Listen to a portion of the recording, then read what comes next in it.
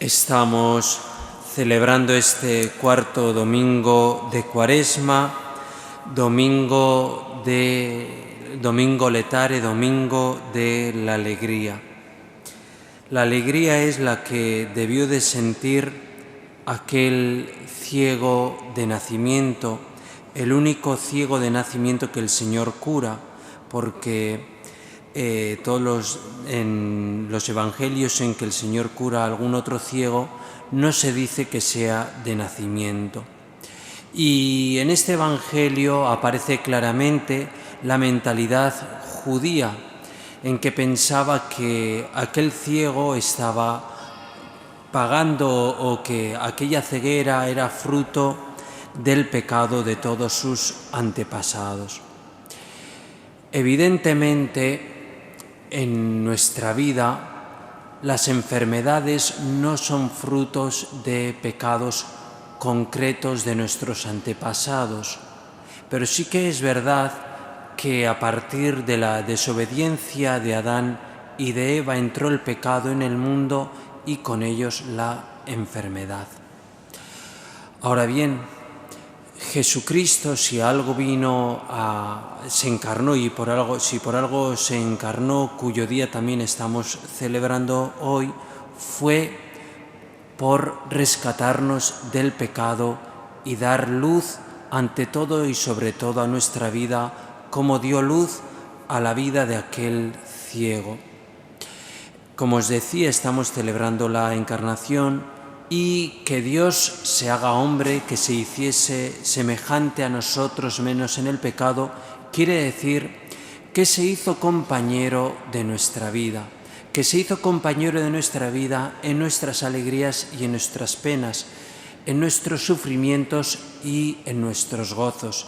Si la semana pasada veíamos en el relato de la samaritana que el Señor se sintió fatigado y se sintió cansado y se tuvo que sentar junto al pozo de Sicar, con ello nos estaba demostrando que Jesucristo, siendo Dios, comprende todos nuestros sufrimientos, todas nuestras dolencias, que Él con su cruz ha dado sentido, que les ha dado sentido a todos ellos, y que si nosotros le ofrecemos a Él todo aquello que nos quita la paz, todo aquello que nos desazona, todos los sufrimientos físicos que podamos tener, también se convierten para nosotros en vía o en puerta de salvación.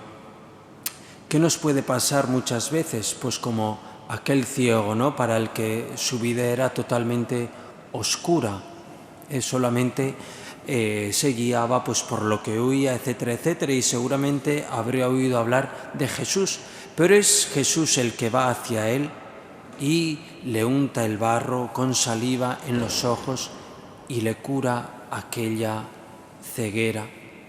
Es Jesús el que viene a nuestra vida para iluminarla. Muchas veces vivimos tan a oscuras que somos incapaces de percatarnos que antes el mismo Jesucristo dio la vida por nosotros para librarnos del pecado.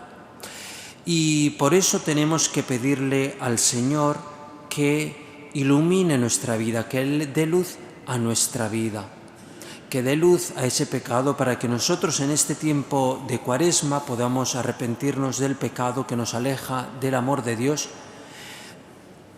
recurrir una y otra vez a Él, pedirle perdón y pedirle también, como no, el don de la salvación.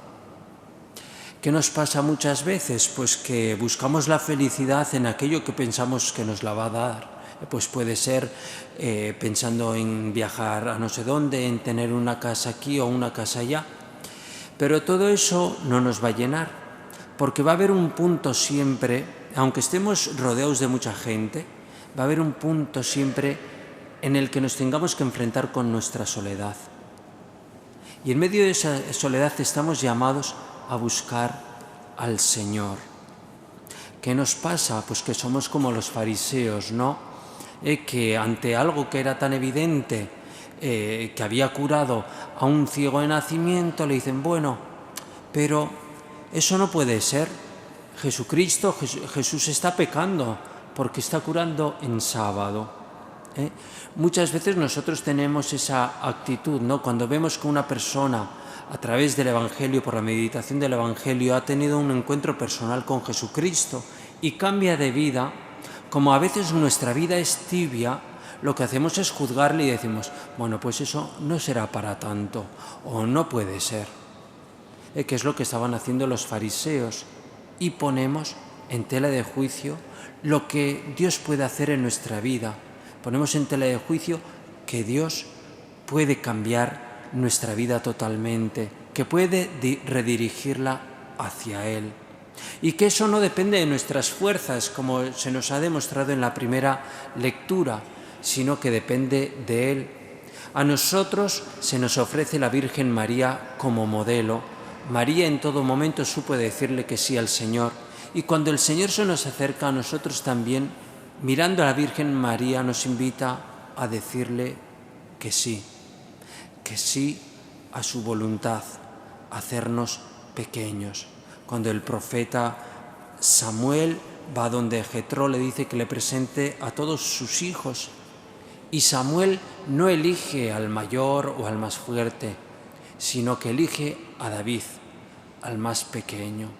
Pues es este el camino que nosotros también tenemos que recorrer para que el Señor ilumine nuestra vida, hacernos humildes, hacernos pequeños, y yo diría que muchas veces también para que el Señor entre plena y absolutamente en nuestra vida hace falta que tengamos una pequeña o grande experiencia de sufrimiento, porque en medio de ese sufrimiento el Señor nos puede estar haciendo una llamada a dirigirnos a Él, que allá por donde nuestro corazón se rompe, pues por el pecado y por otras muchas cosas más y por otras muchas más dificultades, es por donde el Señor entra para sanarnos.